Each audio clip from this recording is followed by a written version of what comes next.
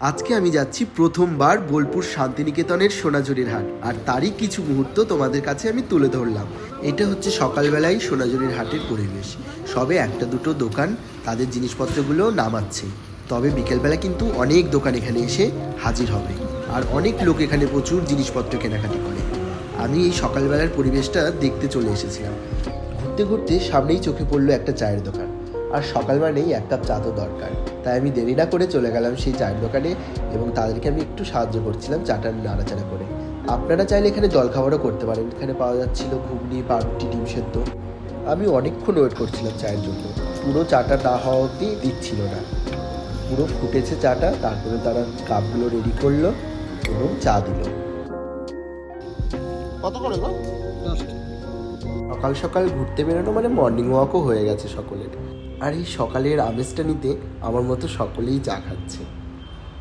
এই এক আলাদাই মজা, প্রকৃতির মাঝে সুন্দর সকাল। একজন বয়স্ক ভদ্রলোককে দেখলাম রাবড়ি বিক্রি করতে, তাই আমি 30 টাকা দিয়ে একটি নিয়ে খেলাম, খুবই ভালো ছিল। তারপর ধীরে ধীরে হোটেলের দিকে রওনা হলাম। সামনেই দেখলাম একটা ব্রিজ এবং সুন্দর ভিউ, সেখানে আমরা একটা ফটোশ্যুট করে নিলাম। আর আমাদের সামনে যাচ্ছিল একজন সন্ন্যাসী, তিনিও এখানে ঘুরতে এসেছিলেন। তারপর চলে গেলাম মাছ সবজির বাজারে কিছু কেনাকাটি করতে, কারণ আমাদের লাঞ্চ এবং পিকনিক বলতে গেলে আজকেই হয়েছিল। তাই কেনাকাটি সেরে তারপরে আবার খাওয়া দাওয়ার পর বিকেলবেলা বেরিয়ে পড়েছিলাম সোনাঝুরির হাটে। বিকেলবেলা আমরা যাচ্ছি সোনাঝুরির হাটে। আজকে বিকেলে প্রচুর ভিড় হবে, কারণ কালই ছিল হস্তশিল্প মেলার শেষ দিন। এখান থেকেই ভিড় শুরু। সবে বিকেল হয়েছে, আর অনেকে কেনাকাটি করে ফিরেও যাচ্ছে, কারণ দিনের আলোতেই পরিষ্কার দেখা যায় জিনিসপত্রগুলো। একটু পরেই কিন্তু সন্ধ্যা হয়ে যাবে, তখন কিন্তু কেনাকাটি করতে খুবই অসুবিধা হয় এবং দোকানদাররাও তখন বিক্রি করতে চায় না।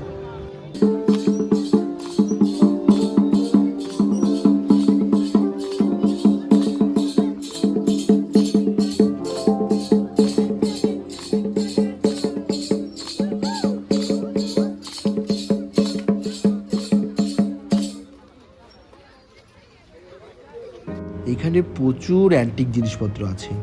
হাতের কাজ মানে অসাধারণ হাতের কাজ। হাতে আঁকা মাটির জিনিসপত্র, ডোকরার গয়না, পাঞ্জাবি, শাড়ি, আরও নানান কিছু এখানে পাওয়া যায়। ঘর সাজানোর জিনিসপত্র তো প্রচুর রয়েছে, আর সেগুলো খুবই সুন্দর। তাই আমি দেরি না করে নিয়েছিলাম। মায়ের জন্য এই শাড়িটা কালোর ওপরে শিউলির কাজ, খুব সুন্দর ফুটছিল। খুব সুন্দর ওয়াল পেন্টিং এখানে পাওয়া যাচ্ছিল। আমি তো ফ্ল্যাট হলে আগে এখান থেকে একটা ওয়াল পেন্টিং লাগাবো।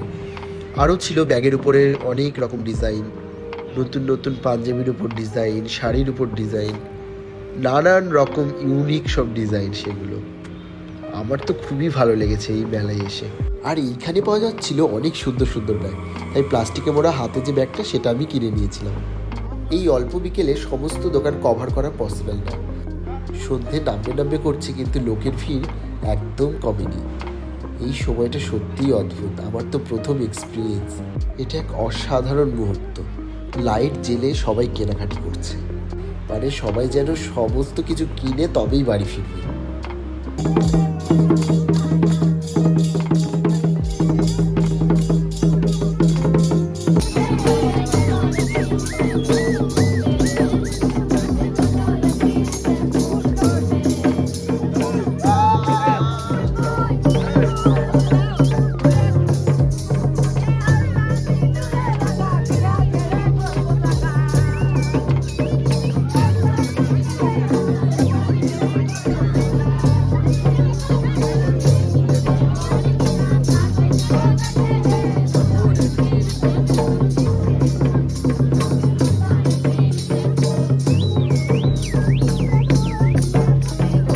আমার আদিবাসী নাচ দেখতে এবং সকলের সাথে নাচতে খুব মজা লাগে, তাই আমি অনেকক্ষণ সময় কাটিয়েছিলাম। এবার রুমে ফেরার পালা, তাই দেরি না করে দুটোই পাশাপাশি সোনাঝুরির হাট ঘুরে এবার বাড়ি ফেরার পালা। পরের দিন সকালবেলা বেরিয়ে পড়লাম সৃজনী শিল্পগৃহের উদ্দেশ্যে। আর শান্তিনিকেতনের রাস্তাঘাট দেখতেও খুব মনোমুগ্ধকর, তাই দেখতে দেখতে আমি পৌঁছে গেলাম সেই শিল্পগৃহের সামনে। তারপরেই টিকিট কেটে ঢুকে পড়লাম শিল্পগৃহে। কেন্দ্র সরকারের অনুদানপ্রাপ্ত পূর্বাঞ্চল সংস্কৃতির কেন্দ্রের অন্তর্গত এই সৃজনী শিল্পগ্রাম শিল্পপ্রেমীদের কাছে বেঁচে থাকার রসদ। তোমরা দেখো কি সুন্দরভাবে তুলে ধরা হয়েছে এই শিল্পকে।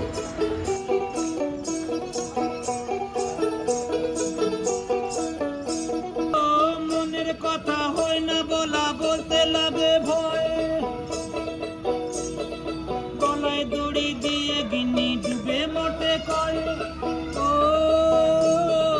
মনের কথা হয় না বলা, বলতে লাগে ভয়। আমরা পুতুল নাচ সম্পর্কে সকলেই কম বেশি জানি। এখন তো সেই চলটা উঠেই গেছে, কিন্তু এই মিউজিয়ামে পুতুলগুলোকে স্মৃতি হিসেবে তুলে ধরা হয়েছে। অনেক ধরনের পুতুল আমি এখানে দেখলাম, কিছু জানা ছিল, কিছু জানা ছিল না। ছৌ নাচ, পুতুল নাচ, সমস্ত ঐতিহ্যগুলি এখানে তুলে ধরেছে। খুব সুন্দর লাগছিল আমার এই মিউজিয়ামটা।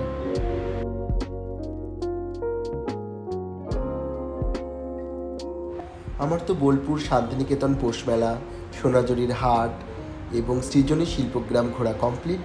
এরপরে আসলে অবশ্যই নতুন কিছু দেখব আর তোমাদেরকেও দেখাবো। এখানেই শেষ করছি আমার বোলপুর শান্তিনিকেতন ঘোরার ব্লগ। আর হ্যাঁ, তোমরা সবাই কিন্তু লাইক, কমেন্ট, শেয়ার, সাবস্ক্রাইব করে দিও আমার নতুন নতুন ভিডিওগুলি দেখতে হলে। ট্রেন চলে এসেছে, দেখা হচ্ছে নেক্সট ভিডিওতে। ধন্যবাদ।